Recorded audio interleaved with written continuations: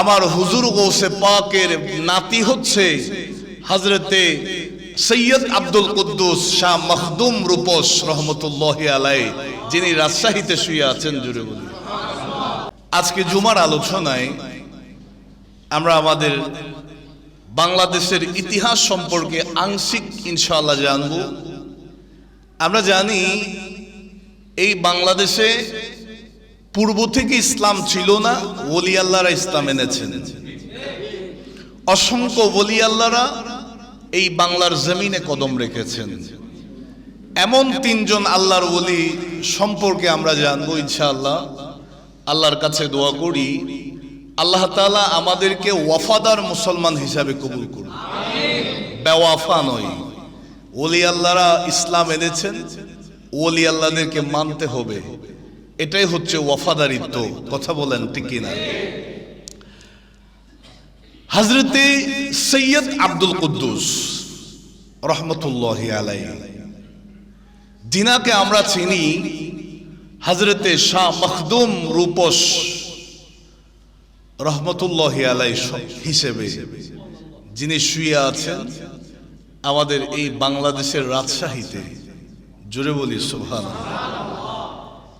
যদি তিনার পরিচয় জানতে চাই, তিনার প্রথম এবং প্রধান পরিচয় হচ্ছে ইরাকের বাগদাদের জমিনে যিনি শুয়ে আছেন, সমস্ত ওলি আল্লাহদের সরদার হিসাবে যিনাকে আমার আল্লাহ পাঠিয়েছেন, হুজুর সৈয়দনা গৌসুল আজম দস্তগীর বড় পীর আব্দুল কাদের জিলানী, যেই দরবারে আমরা বসে আছি, এই দরবার তো হুজুর গৌসে পাকের দরবার।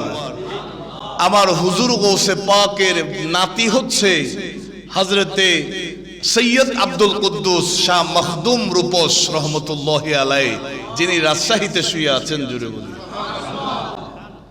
আমার গৌসে পাকের একজন সন্তানের নাম হচ্ছে হযরতে আজাল্লা শাহ রহমতুল্লাহ আলাইহি। ইনার তিনজন সন্তান। ইতিহাসগুলো খেয়াল করবেন, এগুলো আমাদের জানার দরকার আছে। এই ইতিহাসগুলা যদি সমস্ত বাংলাদেশের মুসলমানরা জানতো, আজ কোন আল্লাহর ওলির মাজারে হামলা হতো না, কোন আল্লাহর ওলির মাজারের মধ্যে আগুন দেওয়া হতো না। আমরা ইতিহাস ভুলে গেছি, আমাদের কাছ থেকে ওয়াফাদারিত্ব চলে গেছে, বেওয়াফা জাতি হিসাবে পরিচয় লাভ করে ফেলেছি। সেই কারণে আজকে ওলি আল্লাহদের মাজারে বিভিন্ন সময়ে অসময়ে হামলা হচ্ছে, বেয়াদবি হচ্ছে। যে কোনো জায়গার মধ্যে ওলি আল্লাহদের শানে বেয়াদবিমূলক আচরণ আমরা দেখতে পাচ্ছি। কথা বলেন ঠিক কিনা? হযরতে সৈয়দ আজাল্লাহ শাহ রহমতুল্লাহ তিনজন সন্তান। বড় সন্তানের নাম হচ্ছে হযরতে সৈয়দ আহমদ তন্নুরি রহমতুল্লাহি আলাইহি, যিনাকে আমরা শাহ মিরান রহমতুল্লাহি আলাইহি সম্পর্কে জানি, নামে চিনি। যিনি বাংলাদেশের নোয়াখালী জেলায় কাঞ্চনপুর, রামগঞ্জ, লক্ষ্মীপুর, সেই জায়গার মধ্যে কাঞ্চনপুর গ্রামের মধ্যে যিনি শুয়ে আছেন। জোরে বলি সুবহানাল্লাহ।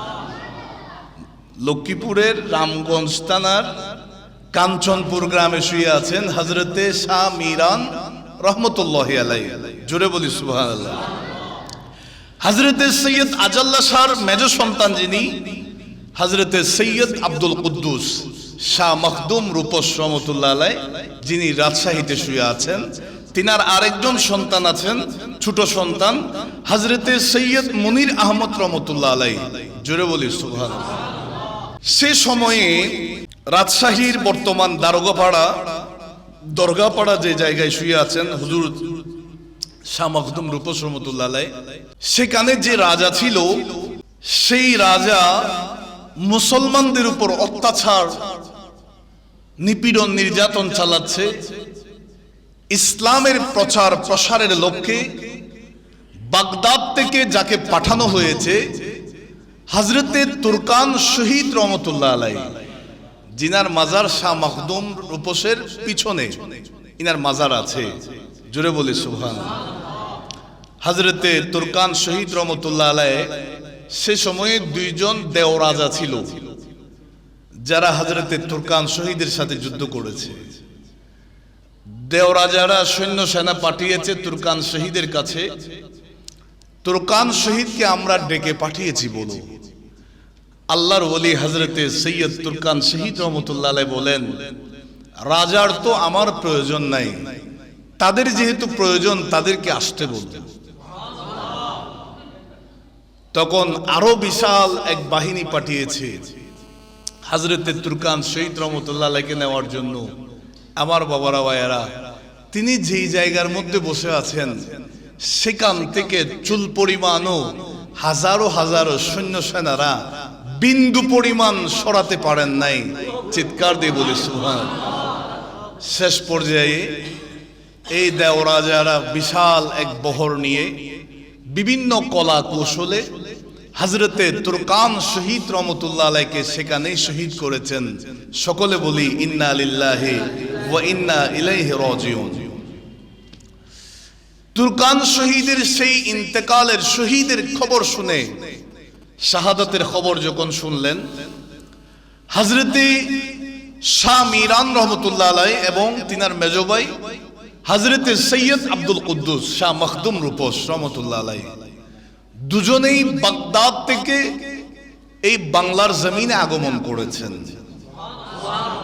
আর একটু জোরে বলেন।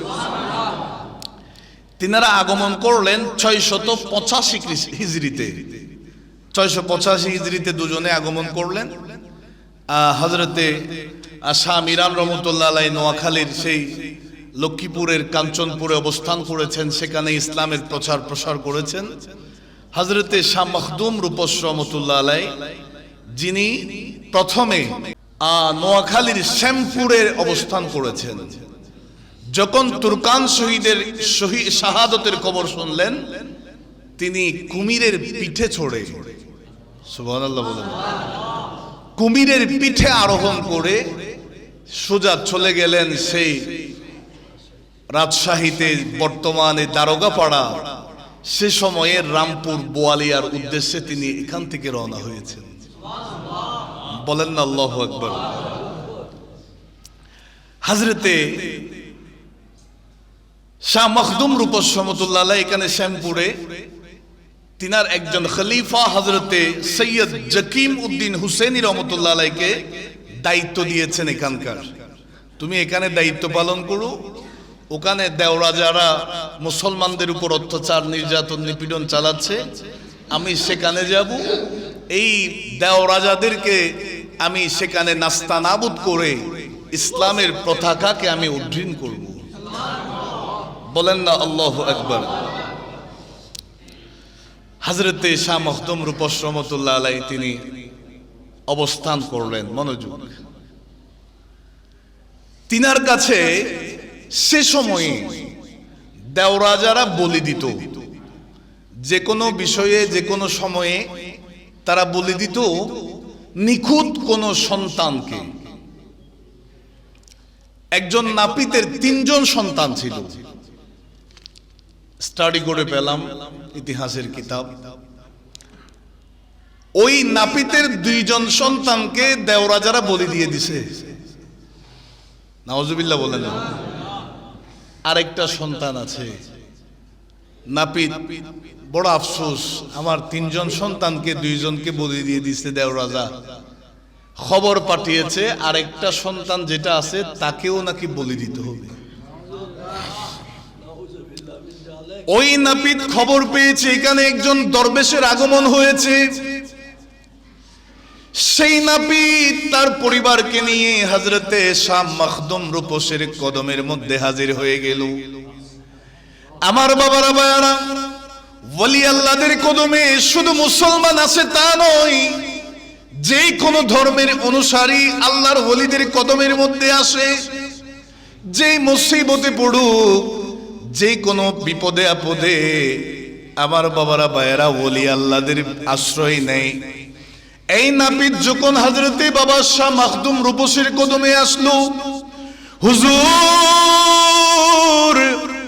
আমি রামপুর বোয়ালিয়ার একজন নাগরিক, এই জায়গার একজন সন্তান যুবক, আমার 3 জন সন্তান আছে। এই দেওরাজারা 2 জন সন্তানকে বলি দিয়েছে, আরেকটা সন্তান আছে তাকেও নাকি বলি দিবে। হুজুর আপনার কদমের মধ্যে এসেছি, আমার এই সন্তানকে ওই দেওরাজার হাত থেকে একটু রক্ষা করেন। চিৎকার দিয়ে বলেন না সুবহানাল্লাহ। হযরতে শাহ মখদুম রূপস রহমাতুল্লাহ আলাইহি বলেন, তুমি টেনশন করো না, কালকে তুমি পদ্মা নদীর পাড়ে অবস্থান করবা, সেই জায়গার মধ্যে তুমি তোমার সন্তানকে নিয়ে দাঁড়াবা, আমি আসবো, তোমার সাথে সাক্ষাৎ হবে। আমার বাবারা ভাইয়ারা, এই নাপিত তার ছোট্ট সন্তানকে নিয়ে নদীর পাড়ে দাঁড়িয়ে আছে। দুপুর হয়ে গেল, এখনো শাহ মখদুম রূপসকে দেখছেন না। আসরের সময় পার হয়ে গেল। হযরতে শাহ মখদুম রূপস আমাকে তো বলেছিল আমার সন্তানকে বাঁচানোর জন্য তিনি আসবেন, এখনো তো তিনাকে দেখা যাচ্ছে না। মাগরিবের সময় পার হয়ে গেছে, শাহ মখদুম রূপসকে এখনো দেখা যাচ্ছে না।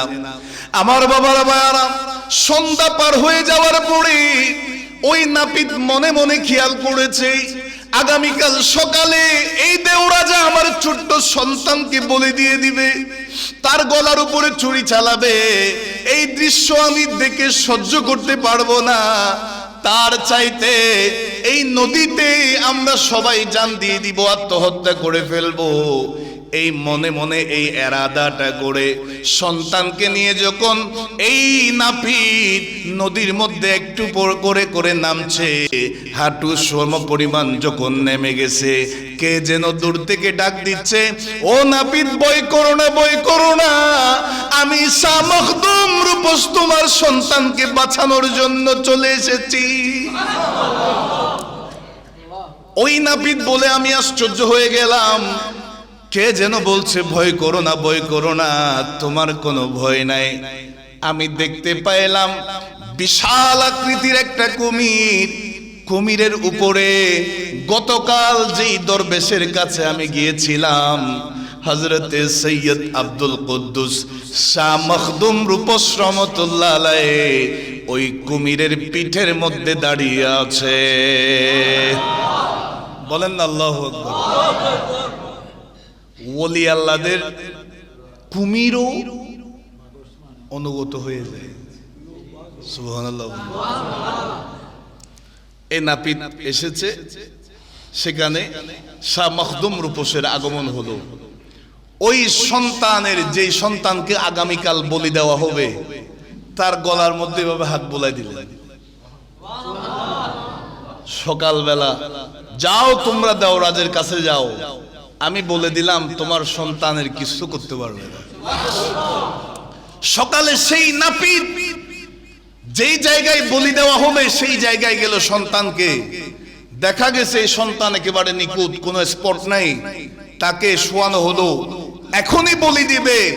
সেই ছুরি হাজারবার চেষ্টা করছে চালানোর, সেই গলা কাটছে না। জোরে বলি আল্লাহু আকবার। লাস্টে দেওরাজা বলে, এই সন্তানের মধ্যে সমস্যা আছে, এর বলি নেওয়া যাবে না। আরো জোরে বলেন। এখন আসুন, এখান থেকে আমাদের শিক্ষাটা কি? আমার বাবারা ভাইয়ারা, আমরা আগে শুনেছি ওই আসহাবে কাহাফের পিছনে কুকুর পাহারা দিয়েছে, পিছনে পিছনে ঘুরেছে, ওলি আল্লাহর গোলামি করেছে। কিতমির নামক সেই কুকুরের নাম কোরআনুল কারীমে জায়গা পেয়েছে। এবার যদি প্রশ্ন করা হয়, হুজুর হযরতে শাহ মখদুম রূপস যেই কুমিরের পিঠে চড়েছিলেন, যেই কুমিরের পিঠে সাওয়ারি হয়েছেন, সেই কুমির এখন কোথায়? আমার বাবারা ভাইয়ারা, এই বাংলাদেশের রাজশাহীতে দরগাপাড়া এলাকায় শাহ মখদুম রূপস যেখানে শুয়ে আছেন, তারই সামনে সেই কুমিরের মাজার হয়ে গেছে। যত মানুষ শাহ মখদুমের জিয়ারত করতে যায়, সমস্ত মানুষগুলা সেই কুমিরের জিয়ারত করে আসে। জুড়ে বলেন, বলেন না আল্লাহু আকবার। বড় আশ্চর্যকর বিষয়, কুমির একটা জলজ প্রাণী, সেই কুমিরের আবার মাজারও হলো, সেই কুমিরের মানুষ জিয়ারত করে। হ্যাঁ, এটা বাইরের কোনো কথা নয়, বাংলাদেশের রাজশাহীর কথা। সেই কুমিরের মাজারও আছে। সবাই সেখানে জিয়ারত করছে। আমি আশ্চর্য হয়ে গেলাম, দেখলাম ইতিহাস যখন স্টাডি করলাম বুঝলাম এই কুমির তো সাধারণ কোনো কুমির নয়, এই কুমিরের উপর তো আল্লাহর ওলি সাওয়ার হয়েছে, এই কুমির তো ওলি আল্লাহর গোলামি করেছে। আল্লাহ পাক আমাদেরকে বোঝার তৌফিক দান করুন। আরো জোরে বলেন। হযরতে শাহ মখদুম রূপস কেমন আল্লাহর ওলি। তিনি নদীতে, কিছু জেলেরা হঠাৎ করে দেখছে যে জেলেগুলা মাছ ধরার জন্য গেল, তারা দেখতেছে হযরতে শাহ মখদুম রূপস রহমাতুল্লাহ আলাইহি একজন দরবেশ পানিতে হাঁটতেছেন। বলেন না আল্লাহু আকবার। তিনি পানিতে, এটা অনেকের আশ্চর্য লাগবে, অনেকে বলবে যে এটা কেমনে সম্ভব, এটা ওলি আল্লাহদের দ্বারা সম্ভব। এটা কেমনে সম্ভব সেটার জবাব হচ্ছে এটা ওলি আল্লাহদের দ্বারা। কারণ আমরা তো ওলি আল্লাহর পজিশনে যেতে পারি নাই, সে কারণে আমাদের দ্বারা সম্ভব না। জেলেরা দেখতেছে একজন দরবেশ পানিতে হাঁটতেছে, তিনার কাছে গেলেন, হুজুর আমরা আপনার কাছে আসছি, আমরা জেলে, আমরা গরিব মানুষ, আপনি একটু আমাদেরকে দয়া করুন। ওই দরবেশ বলতেছে আমার জন্য কিছু খানা নিয়ে আসো। বলেন আল্লাহু আকবার। তারা তাদের সামর্থ্য অনুযায়ী কিছু একটা বাটি করে কয়েক বাটি খাবার নিয়ে আসলেন। হযরতে বাবা শাহ মখদুম রূপস রহমাতুল্লাহ আলাইহি তিনার নোরানি চাদর মোবারকটা সেই বাটিগুলার উপরে বিছিয়ে দিলেন, আল্লাহর কাছে দোয়া করলেন। দোয়া শেষে চাদরটা যখন উল্টালো, দেখা গেল যেই বাটিগুলা করে তারা খাবার নিয়ে এসেছে সেই বাটির ভিতরে চমৎকার সুস্বাদু মাছ রান্না করা আছে। মাটির যেই হাড়িগুলা করে খাবার এনেছে সমস্ত হাড়িগুলা স্বর্ণের হাড়ি হয়ে গেছে। বলেন না আল্লাহু আকবার। আল্লাহর ওলিরা নজর দিলে হয়ে যায় কিনা?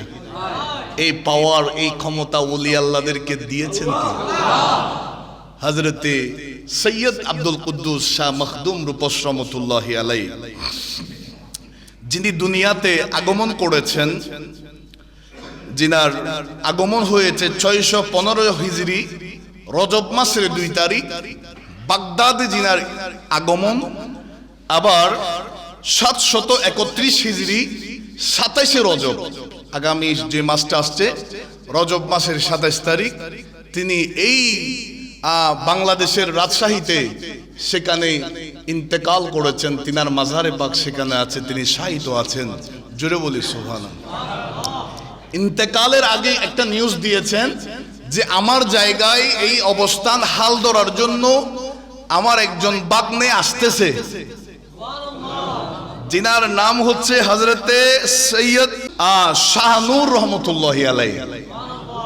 হযরতে শাহ মখদুম রূপসের পাশে ইনার বাগ্নে হযরতে শাহনূর রহমতুল্লাহ আলাইহির মাজারও আছে। জোরে বলি সুবহানাল্লাহ।